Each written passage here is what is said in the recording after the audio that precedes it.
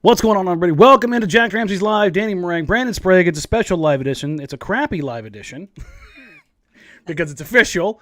Damian Lillard is opting for surgery. If you're new here, welcome. We appreciate you. This is an impromptu live show. It's going to kind of be a quasi-mailbag, quasi-live show, quasi-state of the franchise, state of the union type of situation, just because everything kind of culminated in that. And the day before the 6-game road trip, we have talked about this for literally a month as far as Dame's surgery and kind of looking at this 6-game road trip as the giant flare in the sky, because this was the turning point of what was going to be or not going to be. And we've reached it, Brandon.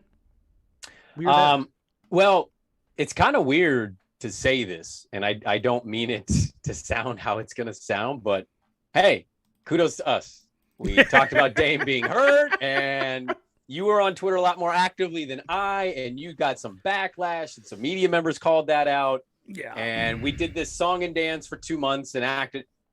He's got 30 points. I think he's good now. And it's like, oh, he got a second quarter zone shot. Cool. And so we just kept telling people, like, just wait. And then he finally sat out. And let me get my Kermit the Frog going here real quick.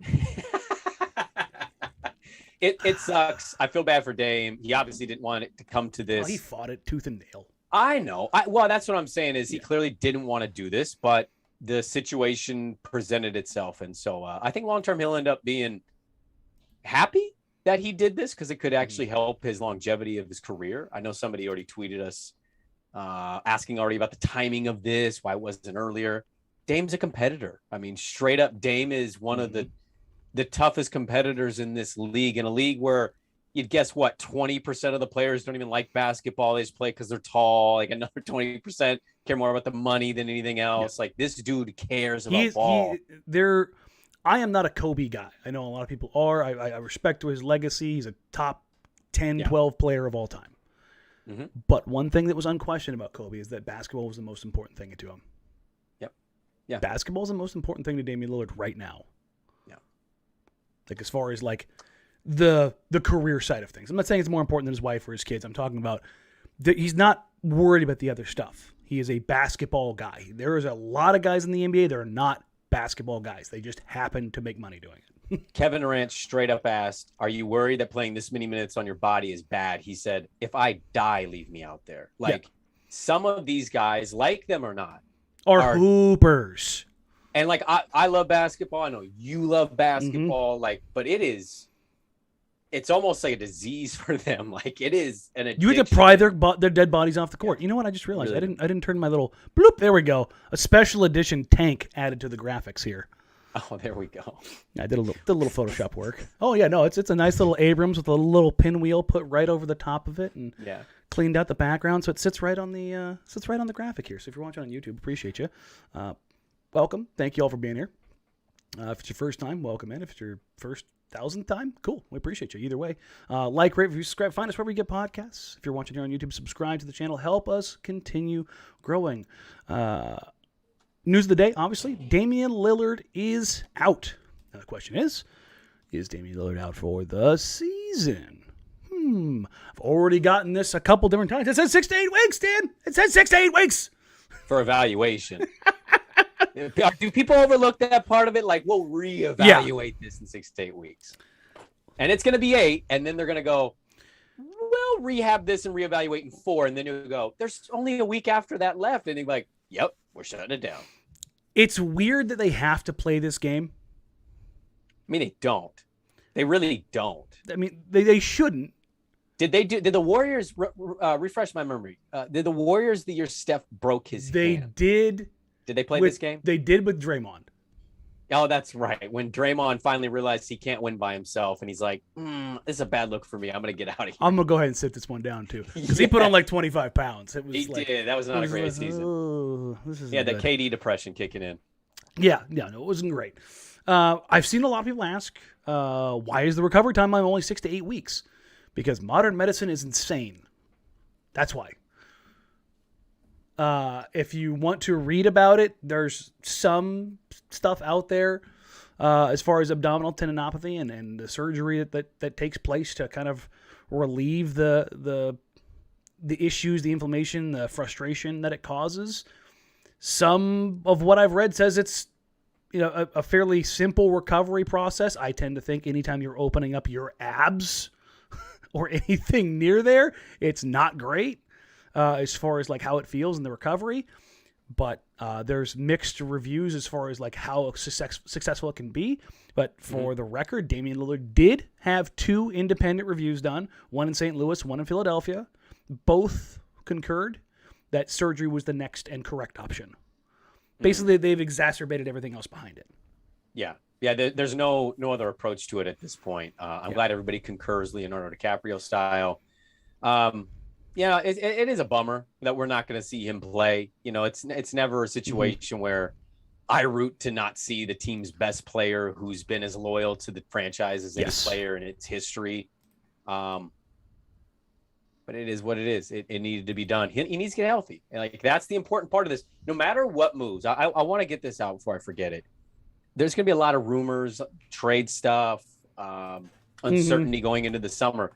No matter what we all agree or disagree with in that regard, remember that the idea of 100% healthy Damian Lillard drastically changes your team. It's not like the Dame you saw this year is that Dame next year. And so when you say so-and-so's playing with Dame and you go, well, always remember, like, dude is that kind of guy that when he's 100% healthy, he's instantly elevating what this team's going to be. If you can add the right pieces. He's a top 10 player in the NBA. That's what, right. that's you're trying to get him back to. If you add the right pieces to that, this team can be really stinking good again. Can they win a title? I don't know. That's neither here nor there. But they'll at least be better. We're not going to run down that quite yet. No. It's not a cool thing. It's not a fun thing. Not being able to watch Damian Lillard sucks. Like that part of it sucks. Like we can have our mourning for the rest of the season and we don't get to watch Damian Lillard play. But even just a few minutes ago, at Scrappy Mutt on Twitter says, I'm still rooting for wins. And Scrappy Mutt, I'm not calling you out. I just find it batshit crazy. My brain can't go there. I'm pretty amenable to a lot of things. Even if I totally disagree, I can see where you're coming from. Absolutely. I can't see where anybody's coming from on this whole thing. Like, I still want them to win. Like, I can. My brain can't go there. I can't. Well, I can in the sense of I've been surprised because radio listeners have texted us in, and I've seen it on Twitter. Just for any listeners right now listening, like, I don't know how many people remember that they're going to keep this draft pick. It's top 14. It's lottery protected. Yes. They will absolutely be one of the worst 14 teams in this league, if not one of the worst 5. That draft pick is theirs. That's why you don't win games. And for the crowd that appreciates competing and being consistent, I get that. But we're all after the end goal here, and being in the play-in tournament does not help you whatsoever. It crushes you. You do not want that. That's why you root for losses. This is crippling. If they don't get a top 5 pick, it was for nothing. Because there's no amount of trades with what they currently have that is saving this team and saving for a chance to rebuild around Damian Lillard. No. This we talked about this in the summer. Like, man, wouldn't it be insane if, they somehow stumbled into a top pick? Like, that's the only way. That or Nas or Ant becoming so good that somebody's like, man, maybe we should entertain Jalen for Ant. Right. Like, those are the kind of, like, it had to be, it was so far out of left field. Can't believe you just traded Ant. Listen, again, I'm not. But that, like, it was crazy to think about. Right. Like, it seemed too far-fetched. You're like, that's not in the cards. No. Not this year. No freaking way. And so then all of a sudden this, like, I think I might have started the tank in, like, November. People were like, hey, Dan, maybe slow down a little bit. I'm like, I don't know. This looks pretty awful. So, I feel like the second game of the year, they beat the goddamn Suns, and you were like, they need to tank. And we're like, damn, they just won by 30 points. Like, I was like, yeah, but did they?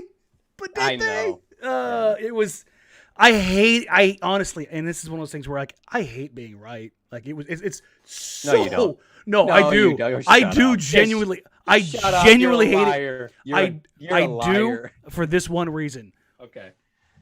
It sucks to not be in the mix.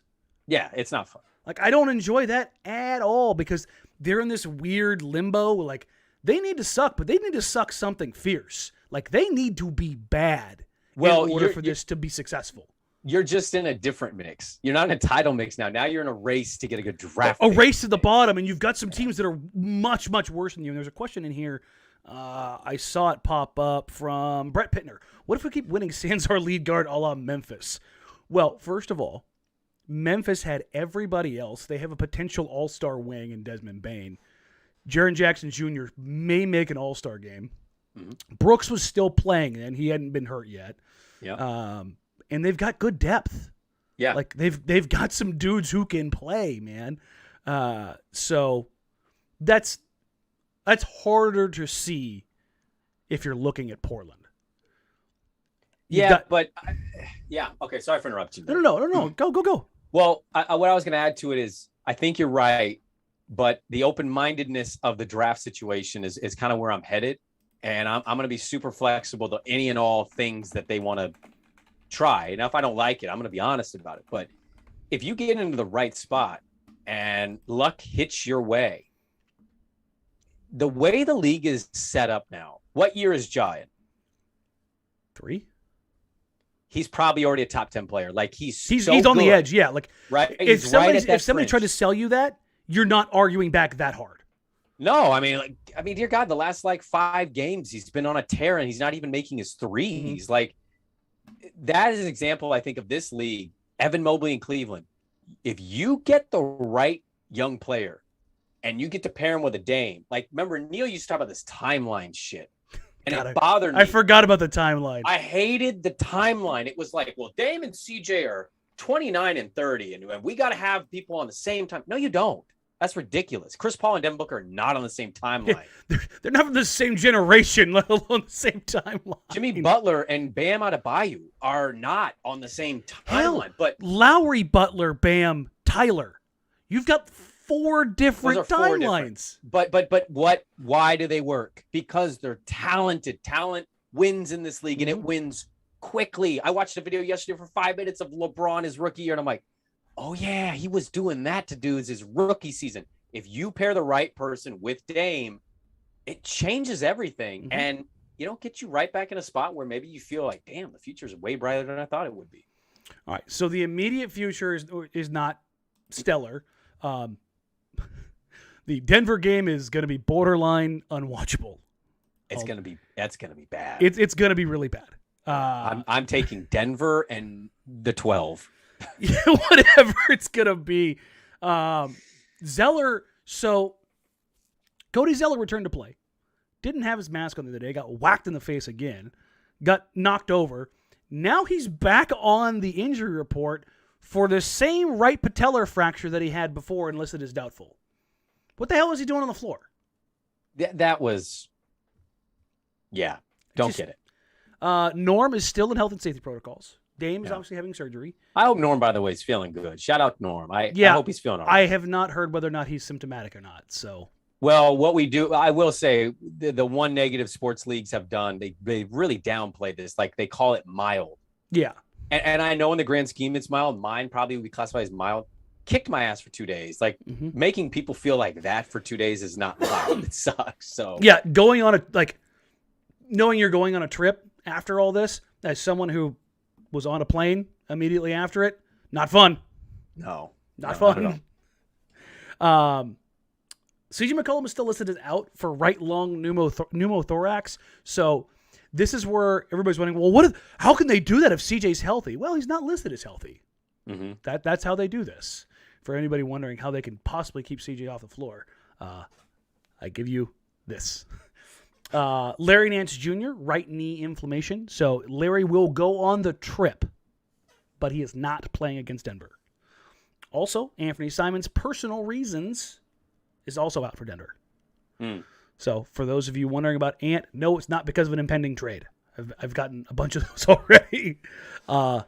Just use your brains. That's what I'll say. Use your brains.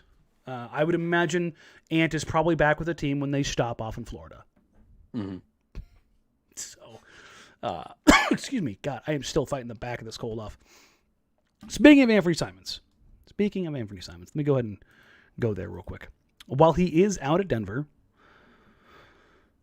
Brandon, in January, he's averaging 28, 8, and 3 on 51, 45, 95 splits. Mm-hmm. Is that good? That's good enough, I think, for certain teams looking for good guard play to really be contemplating if it's worth selling assets that otherwise would have been unattainable for this franchise. Yes, he is something that a lot of teams want, which should make you feel great that you have him. And I could not be more happy for a younger player to finally get some playing time, take advantage of that, and get himself a big payday. Because I'll tell you right now, he could slump for 10 games in a row from here. It's done. He's making $20 million. He's making $20 million. And it's got to feel good. It's got to feel amazing, because that kind of pressure, behind this, that kind of pressure is heavier than people understand. You know, it's like you go from 20 to, if you don't play well enough, maybe it's 14. Like, it can really vary like that. And we're talking about generational wealth here. So I'm just happy watching him ball out, man. I want to take this a step further, because there's been a lot of discussion. Richmond hit it on his pod as far as like I think they had his mailbag today. But there was a lot of questions. He's gotten them. I've gotten them about the whole idea of like Damon Ant being a repeat of Damon CJ. And here's where I push back on that a little bit. Oh, we're going to dive into this. Yeah. I kind of like it. We're going to dive into this a little bit. Yeah, we heard it from a couple listeners. Number one, Ant is a different player than CJ. I think Ant's natural inclination to include others is stronger than CJ's. Is the defense still a problem? Yes. Is Ant significantly more athletic than CJ? Yes. Does that create a different dynamic? Yes. Here's the other thing I think it becomes maybe more important. If you are keeping Anthony Simons, there has to be an idea of that's who you're handing the keys over to when Dame either leaves and or retires. That's the transition plan. That's why this is different. Because the Dame and CJ thing, that wasn't a transition plan. It was just, that was going to be it for the long term. Dame and Ant, do you see it going on longer than 2 years? Okay. So I'm glad you brought the topic up. I think it's a very interesting one. I was initially expecting more people to be against what I kind of felt. And I've been surprised how many people have tweeted me that they agree. And I know you're not necessarily in that camp. I guess what I would really want to know with the Dame Ant stuff, by the way, not to more athletic. Yes. Different player. Yes. I do think the distributing part of this is a little unfair to CJ. Not that CJ, I think, is getting 7 assists, but when CJ had to play without Dame, we saw a different CJ. It wasn't... Sure, but that's also much further down the road. Well, it is, but my point is, like, I think this Anthony is not maybe necessarily the Anthony we would see with Dame, which is what leaves me hesitant. Mm-hmm. And I think it's totally understandable, I think, from Ant's side of things, if we're being honest, like, yeah, he's thriving in Portland. Does Anthony Simons want to come off the bench, or does he want to start? Because I still think this team needs to be open-minded in terms of what they're willing to do, even with a great player like that. And if it comes to a situation where Ant is told by Cronin or somebody and says, it's a bench role, but we need you to be our bench guy, like our guy, is he going to say, great, I'm in? Or is he going to say, I really want to start. I'm at that age. I'm ready to go. Like, that's the tough thing I think Ant has to deal with. On that note, and that's kind of where I was going to go with this next, is that Ant's due this contract. He's getting $20 million. Let's just call it $480. 4 years, $80 million. Yeah. It's going to start at, 17 and a half and end up at 22. Yeah. Okay. So let's say for the first 2 years, he comes off the bench and he gets 33 minutes a night. Tyler Harrow, Manu Ginobili, like real, like he is getting minutes and he is second in the pecking order in shots. When he is on the floor without Dame, it is his team. It is his offense to run, much like he's been doing for the last 5 games. Yeah. Let's say then Dame's like, man, I'm 34, 35. I'm going to go home. I'm gonna go to the Bay, or I'm gonna go to Utah. The Warriors are going to want Damian Lillard? Just Okay. Yeah, I like it. I'm just taking a. I know. You're just throwing. Yeah. Pulling a yes, string, a yes. Dwayne Wade going home kind of Yeah. a situation, right? Yeah. Okay. So Mm-hmm. you've got 24-year-old now, Anthony Simons, and you go. Here you go. Here you go, Ant. All yours. At $20 million a year for the next 2 years. That's got to put you in a pretty damn comfortable position if you believe he's that guy. So, one, you drive a Ford. Didn't know that about you. Oh, yeah. I've got, let's see, I got Ford keys, and I've got some Nissan keys, and I've got some Chevy keys. So, Oh, must be nice. Free cars. well, 2 cars and a truck, sir. Thank you. Well, I was texting with a friend about this, and it was a little uncomfortable having the text conversation because I think we just don't know where it's going. I don't know. There's a part of me that I'm wondering where Dame's going to be by the end of the year in the summer. I'm not worried about that yet. Oh no, I'm not telling you like I guess I should phrase that wrong. I'm just wondering where he's going to be. Sure. And what you're hinting at is basically you restart this with Ant. In 2 years after this summer. Okay. So do you think, just your best educated guess, you could get Ant to be all in on the bench role? If they build their team, they keep Norm, assume they keep Norm. I think, yes, I do. Maybe they trade him. I don't know. But like they get to a point and say, Ant, we want you back. Can you be our bench guy? Our number one off the bench. You're running things when Dame's not playing. I think whoever is in that seat, whether it's Joe Cronin, whether it's Mark Eversley, whether they go out and get somebody else, whoever it is, their job, if that is what they believe, if they look at Ant, because here's the thing, they looked at Gary Trent Jr. as an off-the-bench guy. Neil did not believe in him as a starting caliber 2/3. Mm-hmm. Toronto did. So that's part of the reason why he was moved on.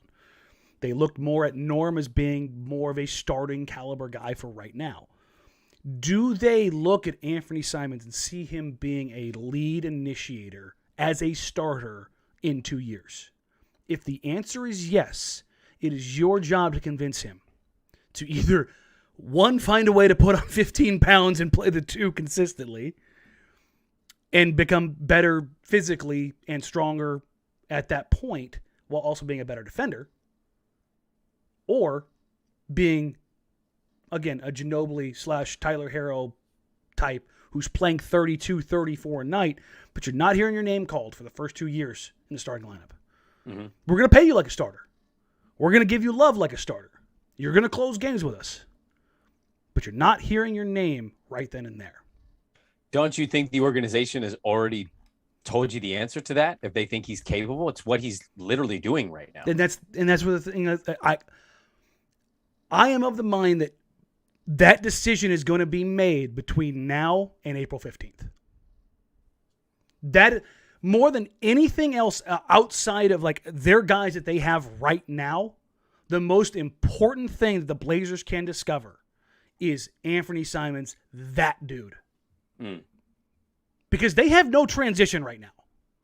Because as great as it would be to get a top 3 pick, you don't know what that pick's like. If that pick ends up 6 or 7, I'm not saying that player can't be great. But it's very possible you fall to 8. You know what I mean? And you're like, it's not a deep draft. Yeah, and I mean, there's always guys that pop. There's always guys that pop, but it's just are you gonna be the one that find that dude? Are you gonna find the OG on a newbie? Are you really gonna be hitting on that pick? Yeah. Are you gonna find the Kawhi Leonard from San Diego State? Like, is Patrick Baldwin that dude? Is Benedict out of Arizona that dude? Like, you're getting out of the unicorn 7 foot 6'10" status, and you're chasing maybe a wing or two or a guard or two. And do you want to be there? And that's where it's like, so what's more important in the immediacy of, like, for the sanity of your franchise is if Anthony Simons is that dude. Well, I don't envy Joe Cronin. He inherited quite a situation. I do think they're going to evaluate everything. And this is where I don't envy him. There's a lot of value in this kid. There's a lot. There's a lot. If you sit on it, which is fine, but you got to kind of tell yourself you're cool sitting on it and you really believe that you're going to build something with Ant and Dame and fill in the blanks, a good wing, the right center for what they are, all of that. You really believe you can do that. Otherwise, Cronin has to sit here and go, what do I do with this kid? And that's where I don't envy him. In Los Angeles, New York, Chicago, Miami, you can make decisions go for the immediacy and completely cut everything else off. In Portland, you cannot do that. You do not have the ability to make things happen. Your trade cupboard is bare. Your trade cupboard right now is purely hypothetical. It is a possible lottery pick, then Ant and Nas. Everything else, you've got piecemeal. You've got Cove. You've got Nurk, both expiring. You've got Nance, who's on a really good deal, who has a year left. After that, you have no positive value trade chips in your arsenal. None. You have Damian Lillard. We're not entertaining that. CJ's not a positive value. Norm, eye of the beholder. A lot of teams, when they see those extra years, they don't like to deal for 4. That's not what they want. They want to deal for 2 or less. 3, maybe. Just too many. I saw somebody in here say something that I wanted to talk about here real quick. Actually, there's a couple things. One was about a sign and trade. The other one was about, the Cavs situation. So the Cavs obviously make the Wiggins for Love thing happen. Here's the pushback on that and comparing it to that. The Cavs had the best player in the world. You've got room to maneuver there. The Cavs could mortgage that because they had the best player in the world. I love they had it. Yes. Yeah. He is not LeBron James. They also had Kyrie. They also have LeBron James, who is going to call any and everyone and say, come play with me. Yeah. And he goes and gets Kevin Love. Yeah, that's exactly. They traded for that third star. Portland does not have their second star yet. Could Ant be that guy? Sure. You have to, again, that's purely hypothetical. That's why Ant as that guy and a potential lottery pick, Father, Son, Holy Spirit, let it be a top 3. Please, God, top 2. Don't make the choice, Chet. It's going to be wild if this happens, by the way, if they actually fall into one of those spots. It wouldn't surprise me. It wouldn't, but if they got a top 5, holy shit. If they got a top 5 chance, so basically 9-10%, wouldn't surprise me. It would suck if all of a sudden they got knocked down 2 or 3 spots. I do want to say Kevin Pelton did just release a piece on ESPN Plus, basically kind of outlining everything that we're talking about. So if you want to read about it from somebody smarter than me, he does address the whole idea of can Portland stay in the mix, because they've had some wins, but also they've had a pretty favorable schedule. So I believe it was Tim at Blazers Hedge called this out. The Blazers basically played at home for what ended up being 40 nights. They're not going to play back-to-back games at home for the next 46 nights. It's something ridiculous like that. That is stupid. Yikes! How do you schedule that situation? And it's just how it goes when you're from the furthest outreaches of the NBA as far as geography goes. G. Biddy says, Blazers luck says they're not getting top 5.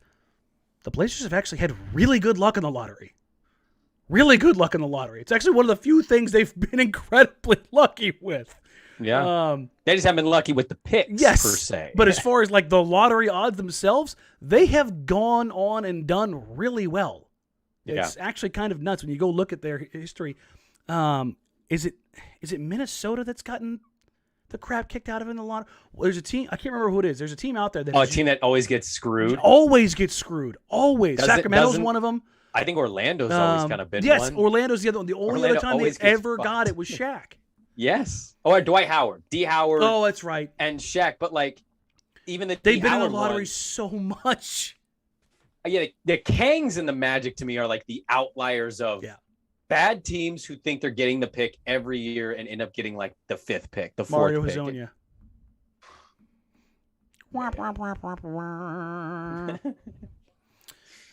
One thing I want to get onto, because Lord knows we are getting a million of these questions in, which is simply this, Brandon. What is next? Trading Covington, trading Nurkic, trading McCollum. McCollum, I think, I text with an individual today. This is not, reporting. I just text somebody. They are very heavy in the camp that CJ will be traded in the summer, which isn't anything crazy different, just somebody outside of the bubble. And Covington and Nurk are obviously the two because they're expiring. So you have to use those. Yeah. And I've talked to more than a few people that they're all kind of locked in of the whole idea of, they'll both be dealt. And I keep being told that Cov could be an any day kind of situation. Whether or not that actually happens, I don't know. But it's just. Is there anything? I know this is random. Is there anything you would take from the Lakers for Cov? No. Okay. THT is the only thing, but I think they overpaid for him, and I do too. I don't think he's that dude. I also don't think he makes sense with what they are trying to do. Yeah, because that pushes LeBron more down to the 3 and then AD back to the 5. It's like I had a bunch of guys from Utah like, man, I'd love to get Covington and Nance. And I'm like, I'm sure you would, but you don't have anything that Portland wants. Of the competitors that are out there, I'm trying to think who, you know what? I've actually got an Excel sheet. I mean, Sacramento's the one you mentioned, right? The Bagley one. Yeah. Although I hope to God that doesn't happen. That one I've heard floated by more than a few people, so... let's go. Page 1. So for Cov, I had Chicago, Philly, Indiana, Orlando, Memphis, Sacramento. Those are the teams that I've heard linked one way or another. I'm curious to see who Indy, if Indy's involved. Those don't sound like a Sabonis deal. Sounds like the next tier down. Yeah, it's the next tier down. That's you package him up with somebody else for a TJ Warren or Karis LeVert or something along those lines. Which, not entirely against. The funny thing is, the Blazers, if they traded for like a TJ Warren or a Jeremy Grant, they could be like, oh, well, we could go ahead and just keep them down for the rest of the season because they're injured. Same thing with like a Jonathan Isaac. You'd be like, oh, yeah, and kind of help the tank. Kind of smooth the butter out a little bit as you coast towards the rest of the season. As far as it pertains to Nurk, Charlotte, Boston, New York, Orlando, Houston, and Los Angeles. If the Blazers were able to get Pascal, would that change anything in terms of you wanting to keep an Anthony Simons, for example? That's kind of like the line, right? Yeah. Pascal, Jalen. Yes. Not the dude, but just a tier down. Like you're still talking about all-stars. I mean, but you have the dude. Like that's what you have to remind yourself is you have the dude because the dude is for the end. Yeah. You've got a guy that could go like right next to the dude and some nights be the guy. So that's kind of what you're aiming for. You're not going to get, I mean, there's just not any ones available, man. And you really have a one. So you got to do what you can to find a good two, a better two. Like if you're talking about like the threshold for a guy, like for me to consider trading Ant, that's weird. I had my... Well, I guess I meant more. I'm sorry. I should have phrased this differently. I guess more like if there's a multi-team deal, if Toronto's involved and it's a 3-teamer and maybe you're giving back more salary dumps in Covington Nurk, you know what I mean? Like, is there a situation where if you were able to get Pascal out of Toronto and he comes to Portland as your best second player that Dame's played with? It's pretty... How much that changes maybe the future of Ant. Ant. Like that's exactly it.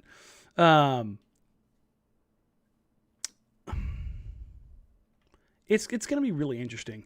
Anything about Norm, is it hit or miss? I'm not sure what you're talking about there, Taylor. As far as like Norm getting traded, Norm is not off the table. You have to leave him on the table. Yeah, he's 100% on the table, and there's teams that wanted him in the offseason. Like those same teams will want him now. And then there's probably some other teams who are like, man, this other thing didn't work out. But, what's funny is we've talked about so much this season. What we haven't talked about is how consistently, stupidly good Norm has been. Norm has been very good. Like, if you look at what he has done this season, 18.6 points on 45.5, 40, 82. He's basically 19, 3-3 on... He's at 40% from 3 right now? Yeah, 39.9. Wow. 46, 40, 82. He's been the Blazers' most consistent player But by I a pretty think, long stretch. I agree with you, but I think one of the problems that happens is when there's nights where they're getting killed and he just has a bad shooting night. I tend to think that gets amplified more in people's heads than the good stuff that he has been doing. It's kind of the Nick Batum syndrome, where you notice him when he screws something up because the rest of the time he's doing like everything, and you're like, oh yeah, no, that's good. It's kind of a weird place to be. I've seen a bunch of people ask something along these lines. Would you do Ant and CJ for Ben Simmons? Nope. Nope.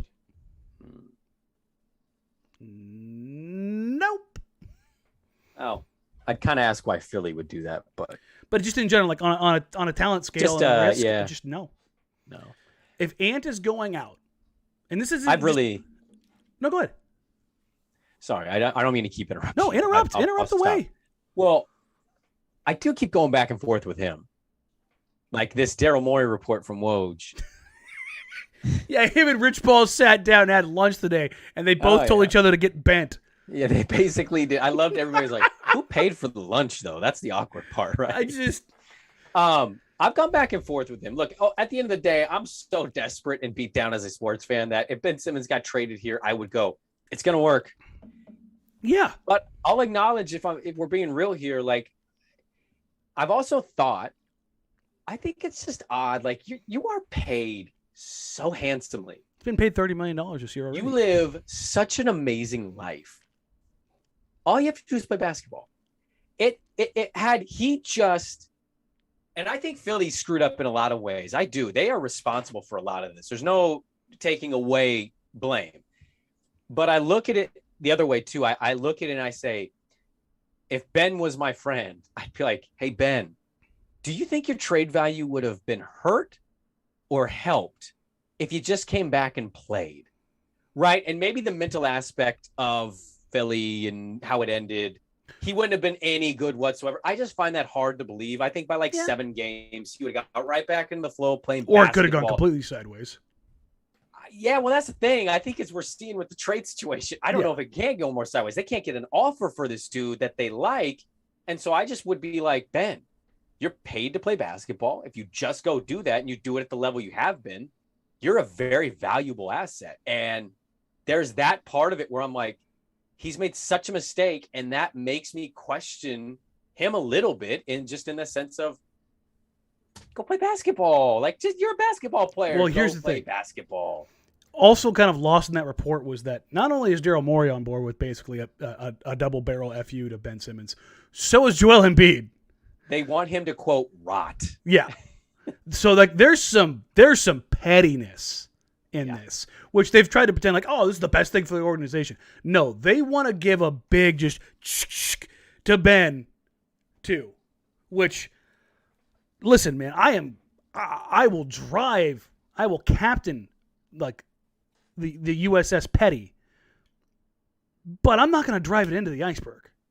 Mm-hmm. It looks like they're driving it into the iceberg. They're like, oh, it's not a big deal. Like, it's better to make sure you maintain your asset than it is.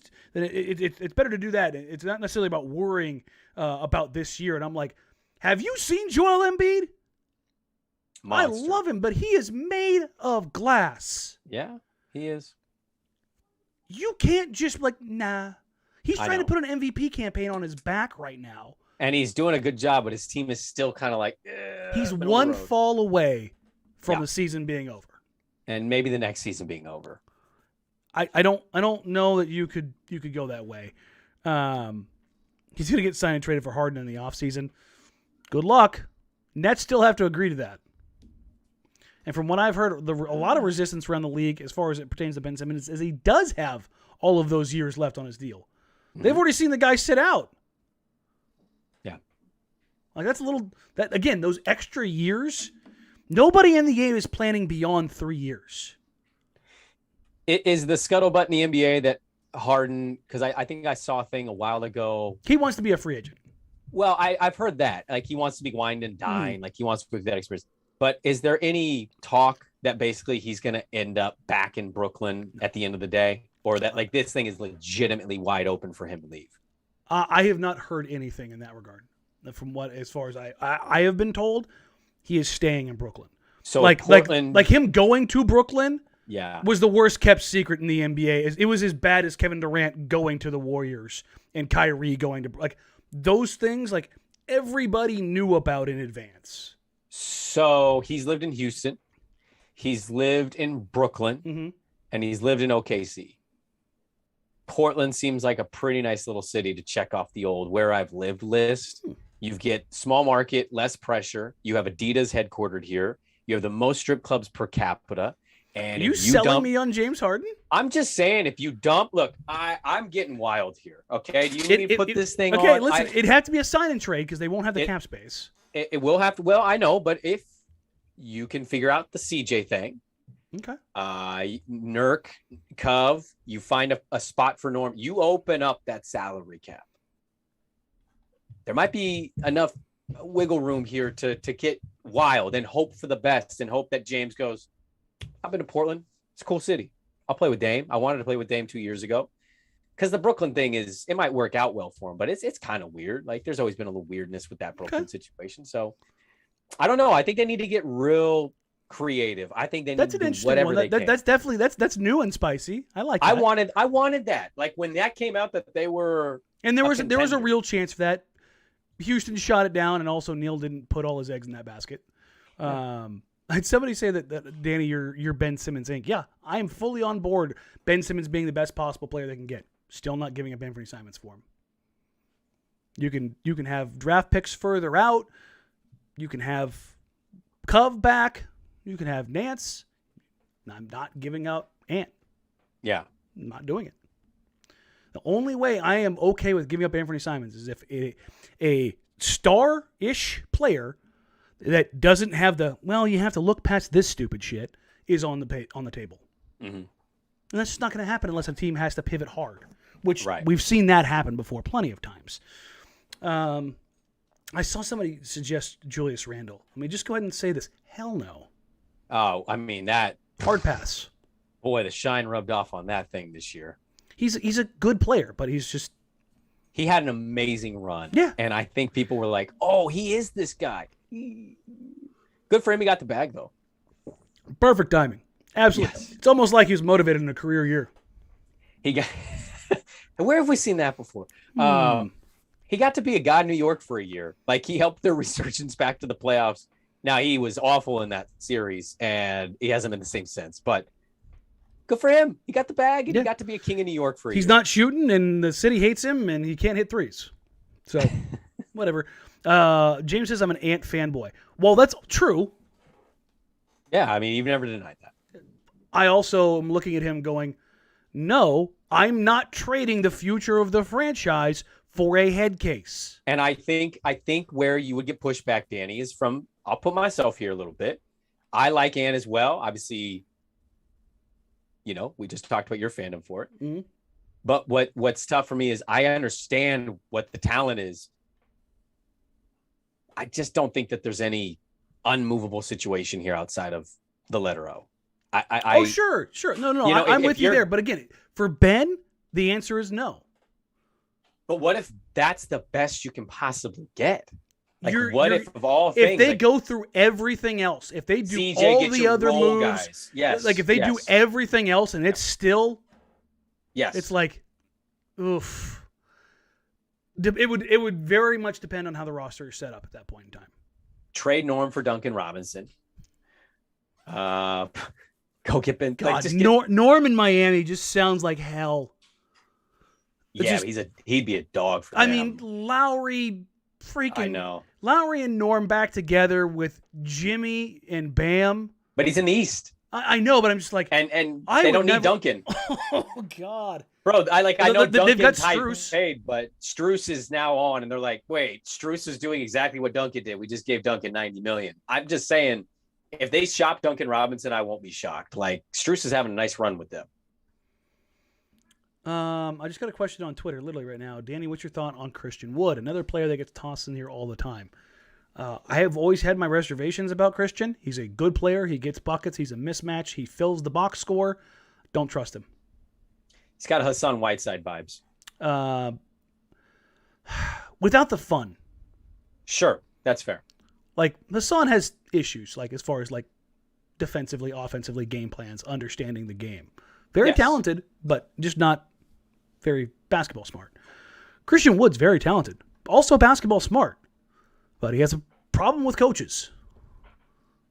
He's had a couple times, which is really frustrating for a guy who was literally in freaking China a couple years ago. You would think he would pull his head out of his ass. And that's not to excuse the fact that he's playing for a dog shit team. Because he signed up to play with Russ and Harden. And now he has this. So I cut him a little bit of slack. But the difference is, the difference is this isn't the first time he's had these issues. Well, and I would also highlight in that I was one of the big Christian Wood fans. You know, once the Harden thing was going down, you're like, oh, he might be available now. Mm-hmm. The thing about Christian Wood is, who did he have an altercation with? Oh, John Lucas, who's been in this league for 30, 40 years. One of the most well-respected coaches in the entire league.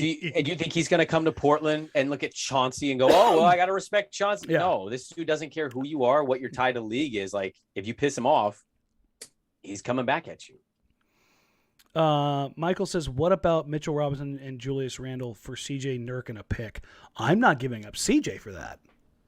Again, no, there's better pieces you can get. You want to go? You want to go take a look at Mitchell Robinson and Christian Wood? Go ahead and take a look at. Search the news. No, I think Mitchell Robinson has been through 6 or 7 agents since he's been in the NBA. I just think you can get better role guys for CJ. Like, to me, it's not even like what star. It's go get some shooters. Go get some role guys, like some dudes that are going to help this team when they can fill out the rest of the pieces. It's weird. I've seen a bunch of people say, well, the 76ers are trying to attach Tobias Harris to deals now. You know what the 76ers are doing? They're telling you they don't want to make a deal. Mm-hmm. That's what they're telling you. Yeah, because who the hell is going to get that deal? Attaching one of the worst. Like, CJ McCollum's got a really bad deal. Tobias Harris's is worse. I was wrong on that, by the way. I'll raise my hand. I was like, I go get Tobias Harris and pay that man his money. And then he got the contract. And wow. It's crazy. And Michael Keefe says, I just think we need a power forward. No, Portland needs a power forward. Don't get it twisted. Like, going out and making trades, where they need to be looking is the Siakams, is the Ben Simmonses, Jonathan Isaac, Jeremy Grant. Like, those are the names that you should be looking for, because apex, big body, 6'7" to 6'10" wings. That's what makes this league go. Jaylen Brown. Jalen's another one. Like, Justin says, what about Shai Gilgeous? You would have to pry Shai Gilgeous-Alexander from Sam Presti's cold dead hands. Well, why would we do that? You could play him as a 2. I mean, you could. Really, because he's 6'6" and he's strong and he is fast. I don't know how he'd fit with Dame, though, because he's been such a ball-dominant player down there. I think you could work those two together. I genuinely do. But, again, the cost that you would have to incur. You got 7 first-round picks? Oh, God, yeah. It would quite literally take that and another good player. Like, SGA is very, very, very, very, very, very highly sought after, or thought of, and would be highly sought after. And Taylor's just trying to sign Jalen Smith in the offseason. That's fine. Like, all of these guys that are kind of out there on the periphery, you make those moves after you get the dude. I think Neil Olshey quasi-brainwashed a lot of Blazers fans, especially like the ones who are most in tune to, like, the only moves you can make are like these periphery edge moves. It's like, oh, we'll go get this guy. We'll go get this guy, and it'll help. Al-Farouq Aminu, really, the Blazers, their rating, their net rating, Al-Farouq Aminu at the 4 is actually on track with a team that should be a top 3 in the West. Yeah, stop. You never had a moment where he made a deal and you looked or you text a friend and you went, whoa, holy shit. Never did that once. No. Had some moves you went, oh. Or you had some moves you went, who? But he never had one move. And that was the problem. Not one move where you went. 0 risk. Damn. 0. Now, here's the thing. The Blazers have zero chance of success of the next 4 months without getting risky. Yeah, I mean, you're going to have to get real wild, and you have to make a move that like is polarizing to the fans, where some of the fans are like, hate it, stupid. Like we're talking about that kind of risk here, and we're throwing out names, just throwing out names, but I think a Harden would kind of register that way for some. I know a lot of people would be all in, but I do think some people, oh, him really? Yeah, you need to get wild. So here's something I've actually seen this a bit. I've had a couple NBA guys ask me, particularly and shout out Ben who just sent me the link to this. I think it was like NBAanalysis.net, but I've seen something along these lines, a little bit different.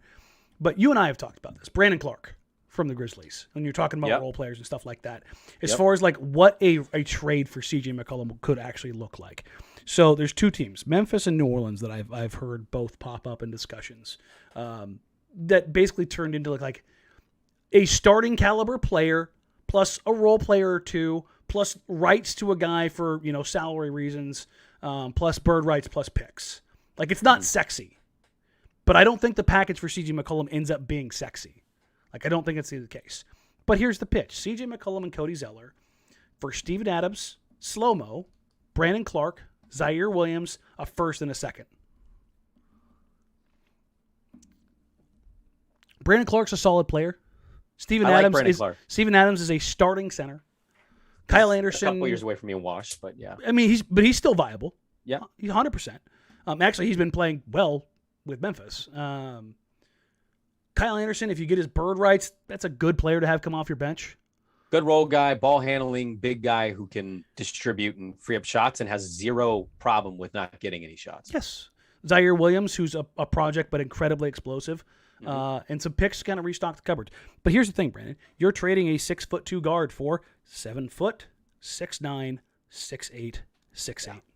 Yeah. And your best player on that team, by the way, is what? 6'2", 6'3"? Ooh, in Memphis? Yeah. Jaws maybe 6'1". Well, I mean, I think he's listed at 6'3", but I always thought he was like 6'1", 6'2". No, he's that much taller than Dame. But you see my point? Yeah. And I think we're hitting on your point too. Like, you're giving up all that size for 6'3". 6'3" guard that's played the wrong position. They do still have Dylan Brooks, who has been kind of playing down a position, playing a lot of two. They do have Jaren Jackson Jr. Yeah. Like, they do have sufficient. They do have Desmond Bane. Like, you could play a lineup of Ja, CJ, Bane, Brooks, Jackson, and you would still be.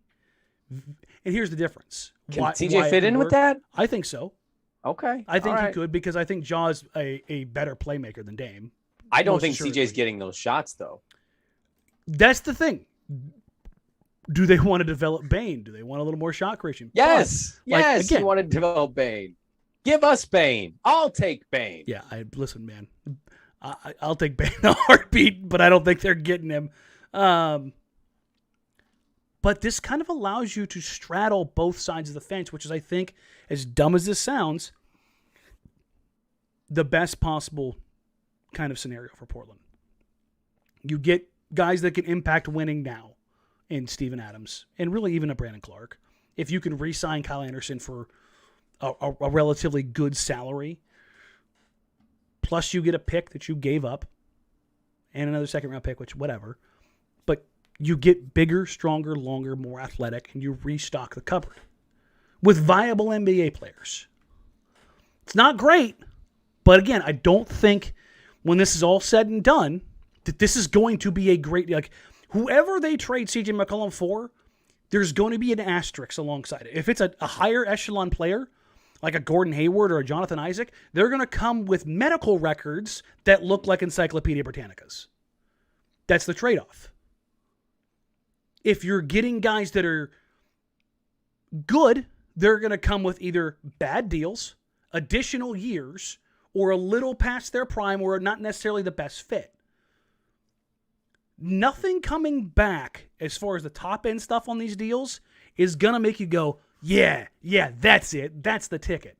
So it's about maximizing those things, particularly on the money side, so that you can make moves in free agency on the trade market. Because if all of a sudden Portland goes from having one $35 million contract to like 3 $15 million contracts, you know what you can do with those? They're tradable, baby. Endlessly tradable. And if they all of a sudden get a 20 and a 15, or a 20, an 8 and a 10, now it starts making a whole lot more sense. So I still don't know how to feel about that deal. I agree on the point of like, this is what you're aiming for, more so than a lot of people might be thinking, oh, you're going to go get Jaylen Brown straight up. You know what I mean? Like, Boston's not doing that. No. You mentioned New Orleans. What would the New Orleans deal center around? I'm just curious. Let me pull this back up. I was talking earlier.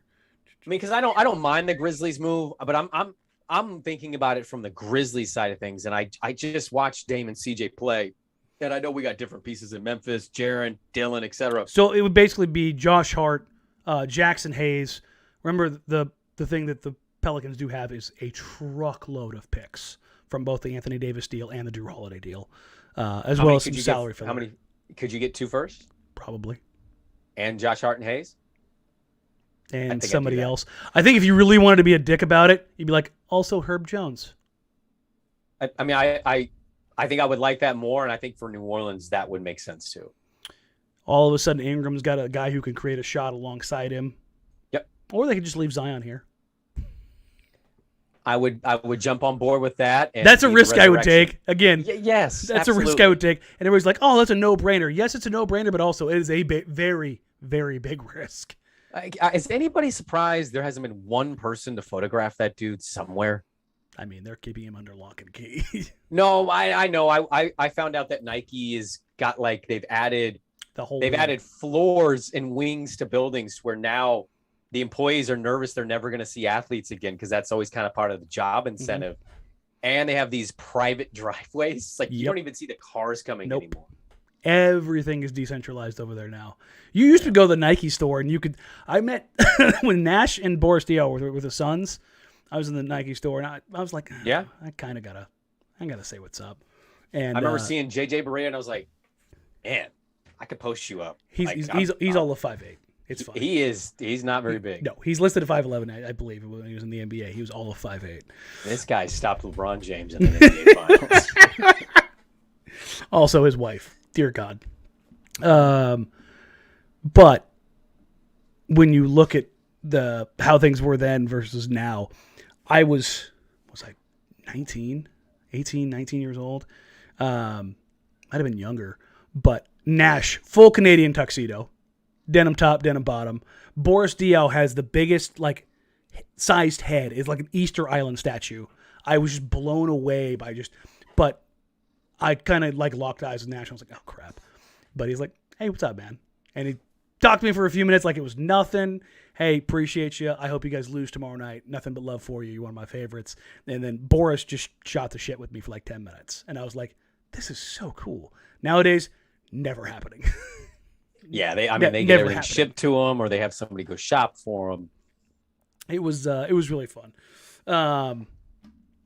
But Evan says they should try to pry Josh Hart from New Orleans.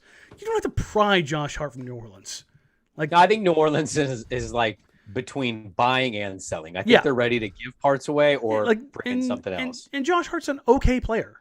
Mm-hmm. He's guard version of Steven Adams. Okay player. He'd be good. I think he's good on a good team. Yeah. And that's the thing is but you're not valuing those guys. Those are the immediate impact guys, or you take and flip that with a truckload of picks to a team that's in kind of Portland's shoes but is hitting the hard reset button, and you use that ammunition to go get the guy you want. Mm-hmm. And that's why it's going to be really interesting to see what happens at the deadline. Are Cove and Nurk moved? Almost assuredly. I would, if I can find a sports book that will allow me to bet yes on both, I'm going to bet on it. You're wasting assets if you do not trade. If you let them walk, you are an idiot. Yeah. Yes. You are an idiot. Yeah. The other part of this is, of course, my dog was being bothered by my wife waking up. The other part of this is, of course, you take a look at what you can do in the summer. And that's where you're like, I don't know, man. This gets a little it's a little bit weird as far as where things can go. Because I don't know if moving CJ at the deadline or moving CJ at the draft is the right way to go. And I don't envy Joe Cronin right now.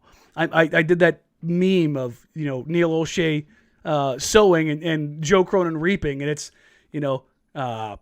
what the hell is that old book that he did the remake of the movie of DiCaprio? Oh my God. I'm seeing Great Expectations. Yeah. No. Anyways, the DiCaprio cheers, and then also DiCaprio being mauled by the bear in The Revenant. That's the reaping versus the sowing. Like that's just kind of where you're at, because Neil just sat there and sold you a bunch of bullshit and cheersed it for years on years, and now Joe's sitting there going, "Oh God, what did he sell?" And it didn't work out. That's what this is. Somebody asked about why not Ingram. Brandon Ingram is going to cost you a truckload. You're not getting Brandon Ingram for CJ McCollum. There's this like weird level of like where Blazers fans seem to think CJ McCollum exists. Well, I think they're viewing that more as New Orleans could want to. They're not winning with Ingram, so it might be like a let's try Great something Gatsby. else. Thank you for Great the love Gatsby. of God. I just brought up his IMDb too, and I'm like, damn it. I could not remember that freaking book. You were for trying the to life move of me. on, and I'm like, what was the book? What was because I saw the movie in my head. Yeah, no, I could see it in my head. I just could not. Put it all together. I think that they really just, again, I think people are just seeing that situation and saying it sucks over there. Then they have no answers for their future, no clue what Zion's going to be. It may not be realistic, but I can see how people may throw out Ingram just out of, maybe they want to mix that up a little bit. Yeah, but you don't give up the guy who's 6 years younger. Well, and better. People lauded them for their last two trades, and it's led to two different teams winning the championship because they agreed to trade those two players. So let's not act like everything New Orleans decides to do is brilliant. No, but also the AD forced his way out. Oh, I know. I know, but they did send him to a team that ultimately won the title because they got AD, and then Milwaukee called and they said, "Oh yeah, here's Drew," and they said, "Great, we're winning a title with Drew Holiday. Have fun with whatever the hell you're doing down there." It's fun. It's good times. Sven says CJ is Fournier at a pick level. Pump the brakes. I swear to God, if Evan Fournier pump the brakes. I will. Never Google is a clear couple steps below CJ. There's a ubiquitous place of like non-shitty NBA players and really good players. That's where CJ McCollum lives. Because he's still a very good player. It's just his deal is ass. Yes. That's the thing. The thing. CJ McCollum is a 22-ish point a game guy who can score on all levels, who's turned into one of the best shot-creating three-point shooters in the entire league. It's just his contract sucks. And it sucks something fierce. Because you can find what he can do cheaper in guys who are bigger. Like if CJ was making 23, 24, 25 million, that's like you're a whole rotation player over what he should be paid. Because Neil's an idiot. Mm-hmm. And I will never begrudge an NBA player for taking the bag they are handed. Never. This is never a fault of the player. It's on the organization. It's on the organization for paying him that much money and paying him that much money a year early. I know. There was no need to do that. It was the dumbest thing imaginable. Hey, we're going to extend Dame. Also, we're going to extend CJ too. Why would you not stagger that? It's going to escalate to $35 million a year. It's just cool. Awesome. It was physically painful when that happened. But we're not here to read. So thank you everybody who was here. We appreciate you. Obviously, we're talking about Damian Lillard being shut down for the season. We'll kind of circle back to that here real quick before we kind of wrap some things up. I should say he is going to be shut down for surgery. The technical. Let's pull up the actual tweet here before I have to go put a muzzle on a dog apparently. From Chris Haynes, Portland Trailblazers star Damian Lillard will undergo surgery tomorrow to address his abdomen injury and be reevaluated in 6 to 8 weeks. Again, reevaluated in 6 to 8 weeks means in league speak, it's gonna be it. Mm-hmm. So, I mean, 8 weeks from right now is March. So, I mean, you're talking about another 5 weeks of the season, and then they can easily just redo that after 8, reevaluate again, and after that say, well, there's a week down, we're just going to shut this down for the year. I wouldn't be shocked if that's what they did last week of the season, maybe last 10 games, Damian Lillard out the rest of the year. But that's how they're going to play this. The interesting thing is going to be what it looks like if CJ is on the team post-trade deadline. Like, I'm very interested to see how they handle this, because so much of what the organization is and has to do over the next 4 months is know what they have with Anthony Simons and Nasir Little. And if all of a sudden CJ's factoring into the team again, that gets like a little dicey, right? Oh, absolutely. Absolutely. I think they're going to have to figure out, how do we not allow this thing to get too good? You know what I mean? Like, just in the we're jockeying for position situation, not in the we're going to get back to the playoffs type of a deal. But it's something that's going to cross their minds, especially now that they're aiming for that draft pick. You have to. It has to be a priority for your thinking in terms of the way you're looking at the future of this organization. Jay asks, when's the trade deadline? February 10th. We are officially a month away. Yep. So it's going to be very, very, very, very, very interesting to kind of see how it all plays out. One thing we haven't really talked about much here, because Ant has gotten so much of the shine because of how ridiculous he has been, Nasir Little. Where do you sit as it pertains to Nas right now on the season? Because let's just kind of go over real quick. You and I talked about coming into this season what a good season for Nasir Little would look like. We were like 8-4. 8-4 would be pretty good. Well, Nas right now is at 9.1 and 5.6. So essentially 9-6 in 25 minutes a night. He's shooting 45% from the field, 32% from three, 72% from the free throw line. I think the one thing there that's like is the three-point shooting. Mm-hmm. But I think there's a way to kind of make all of that work. And with Anthony Simons out for at least Denver, possibly Washington, does Nasir Little get elevated up the pecking order for a game or two? I mean, I don't know why you wouldn't. Like, Denver's kind of the prime candidate for this. Denver, they don't have a ton of wings outside of Aaron Gordon right now. Well, you're going to get annihilated by them. Like, let alone what the matchup is. Mm-hmm. Denver's going to beat you. You have nobody playing. Go get the shots. Look, Nas had a good year. I'm going to stop short of saying great. He's had a really good year. And I know he's had some ups, and I know he's had some downs. But he's in January, he's averaging 13, 6, and 2. Shooting, those are good numbers. Shooting, he's a little subpar in his twos right now, shooting 39% from the field and 42% from three. That's the most important number. The other stuff will kind of vacillate and go back and forth. I want to see him consistently be 36, 37% from three. He strikes me as a guy that 4 or 5 years into his career, he starts to become a pretty efficient shooter. Mm-hmm. And I think we need to remind people, if you can't shoot right away, it doesn't mean you can never get a shot, right? Like, Brook Lopez came into this league as a goofier version of Shaq. I mean, he's drafted as a true center. He played true center at Stanford. That dude never shot the basketball. If you would have said Brook Lopez year 2, hey, Sprague, he's going to be one of the high-volume three-point shooters as a big man in the NBA in 10 years, I would have laughed in your face. And now was he? I'm shocked if I see him in the post.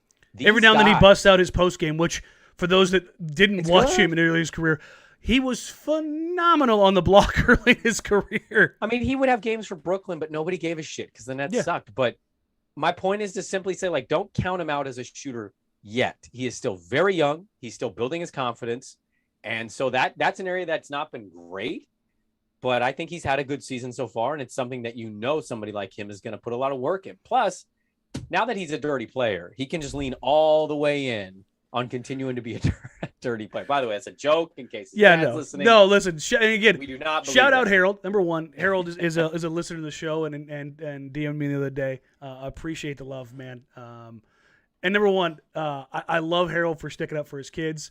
I stick up for my dog. I couldn't imagine a bunch of 14-year-olds hiding behind anime avatars talking shit about my kid on Twitter. I would lose my ever-loving mind. I'm not mad at them. I'm not mad at the bots. I'm upset that caliber, that name recognition type player had kind of the gall to come out and almost suggest my kid's a dirty player because he gave a shit and dove for a basketball. Yeah, because Kyrie's infallible and he's an asshole. That's basically what it comes down to. And I'll say my piece on this, and you tell me where you end up. Okay. Kyrie could have it one of two ways.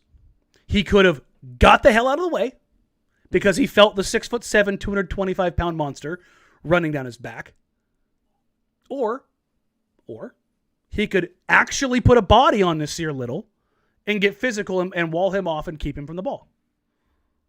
Those were his two options. He decided, like he always does, I know what's best. I am infallible. I'm going to slowly jaunt over here and keep you from getting to this basketball by lazily standing between you. And Nas is like, no, dog, that's not going to happen.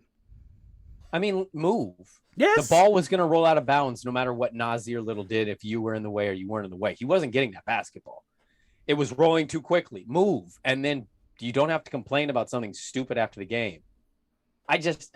To suggest somebody like Nas is doing stuff like dirty or questionable, I don't know, man. I've played a lot of pickup ball, and I can tell the difference between somebody accidentally like landing on an ankle or maybe going for a rebound and elbowing or something.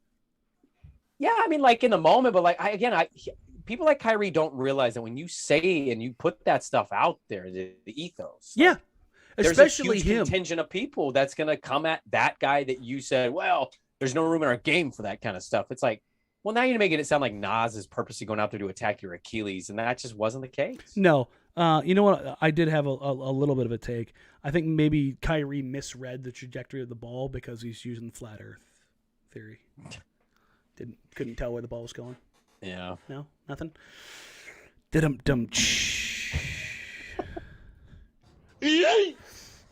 bad. It's that's not bad. We haven't had a good Danny dad joke in a long time. I mean, listen, man, there's been a lot to have fun with, but ultimately, Adam Croy says Kyrie is trash. I tend to agree, and he's definitely not a dirty player. I do appreciate Nas coming out and saying, "Listen, I got the utmost respect for Kyrie." And I actually do believe that. I think Nas looks up as Kyrie as like a dude. If I'm not mistaken, I think he's worn Kyrie's before.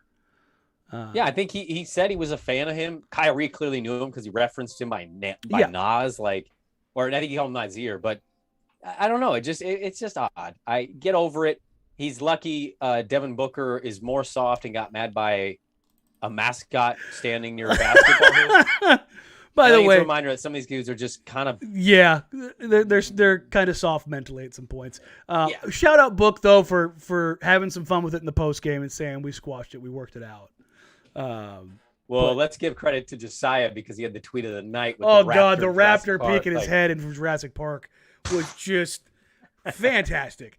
Also, Jay Crowder and CP3 up on the dais with Book, basically roasting him. Yes. I think that was intentional. Like, no, you're going to come out here and you're going to take this on the nose. You made the free throw. What the hell was your problem? Harrison Fagan of Silver Screen and Roll had probably actually had the tweet of the night where he said he took Book's whole double teaming thing in the summer league. He said, enough with the mascots. Let's just work on our game, bro. And it's just perfect. And that's kind of how that goes. But as it pertains to the Blazers right now, this road trip is going to kind of set the tone. They're going to be very shorthanded. Again, for those of you that weren't here, let's go ahead and read off the list of guys that are not going to play tomorrow for the Portland Trail Blazers. Cody Zeller is doubtful. Norman Powell, Damian Lillard, CJ McCollum, Larry Nance Jr., and Anthony Simons are all out, which means Dennis Smith Jr. is playing 44 minutes tomorrow, by the way. So is Ben McCollum. Great. Yes. Both those guys are playing 40+. Greg Brown basically has to play now. Watford's getting a healthy amount of minutes. We might get point guard CJ Ellaby. Are we going to get 36 minutes from Nurk? Against Jokic? Probably. If he's not in foul trouble? I mean, I think they have to, right? Probably. For the Nuggets, Will Barton is probable. Dozier, Jamal Murray, and Michael Porter Jr. are out. Yeah. So, kind of what you expected, but Facu and Austin Rivers are going to be there, baby. Facu. God, that guy. So it's going to be a good time. Speaking of good time, appreciate everybody coming in here for the live show. We love you. Thank you all so very much. If you haven't already, please subscribe here on YouTube. Click the button. Help us grow. I've seen a few of you already click through during the show. We appreciate that. Thank you so very much. Like, rate, review, subscribe. Find us wherever you get podcasts. Every time we get done with the shows, every time we get done with the post games, I take those and I load them up when I'm not an idiot and forget to do that. Sorry, I forgot about the Miami game. It was my fault. But they are there on the podcast feed the next day, or usually that night and then to the next morning. But we appreciate you more than you know. We just crossed 250,000 total views on YouTube, which that was quick. Thank you. That was appreciate y'all. When Danny texted that to me, I was like, damn, it kind of hit me. I was sitting on my couch and I showed my wife. I'm like, that's crazy. So it's a lot of views real quick. I don't know how else to say thank you other than like, thank you. And I'm somebody that, like, when I say it, I really mean it. No, it is cool. If people are asking why Ant is out, it's for personal reasons, but something recently, yeah. I will tell you, it's not trade related and it's not COVID protocol related. So he'll be back. There you go. I don't think it's anything to worry about. He's just gonna go take care of some stuff. So, on that note, we will get out of here. The Blazers do play in Denver tomorrow, 6 o'clock tip. So we'll probably do the show like maybe at 5. Maybe we'll go at 5:30 and run it up right after the game. Unsure if I want to do a watch party for this one, if I'm being entirely honest. Let's hold the watch. We might pack this one up just because this. Yeah, it's gonna be gonna be a rough watch. Got a lot of guys out, and I could get some things done during the game if I'm being honest. Yeah, Justin I could too. I really need to right now. Justin Poole asks, "Is this channel new this year?" Yes, it is.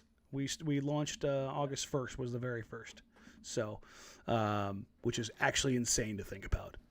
Time's flying, man. It's nuts. So, while the Denver game will very strongly, most likely not have a watch party. The rest of the trip will. So that's where we'll be as it sits for that stuff. We will roll into a live show probably like a week from now. The Blazers have a game every other night, I think, between now and the end of the month. It is going to be a lot of basketball. Wow. And these guys, they play 6 games the next 10 nights on the road, and they come back for 2, and then they're back on the road again for 4 more. And then we're basically at the trade deadline. Yeah. Oh, and it's your boy Ben reminding me 7 p.m. tip tomorrow night because it is TNT. Normally it would be 6 for us. Oh, instead it's the late start for Denver. They get the dumb 8 o'clock start time for them, which midweek 8 o'clock national TV. Just shoot me for all the media guys that are covering that. I'm sorry, that sucks. Woof. No, thank you. Yeah. But we will have you guys covered for the pre and post game, at least for that game, and then for the other 5 games on the road trip, we will have you guys covered for the live watch party. And like I said, we do have Casey Holdall and Jamie Hudson, and if I can get old Travis Demers to clear COVID protocols, we might get him on the trip as well. So we'll have some folks to talk to pre-game and maybe during a watch party for some of this. So you guys have a wonderful, wonderful evening. We appreciate you joining us. Y'all take care. Talk soon. For Brandon, I'm Danny. You can find us on social media at Jack Ramsays, at Danny Marang, at Brandon Sprague. Send your questions for the mailbag to anybody on Twitter, or you can email us, jackramsays@gmail.com. Take care. Have a wonderful, wonderful night, and we'll talk soon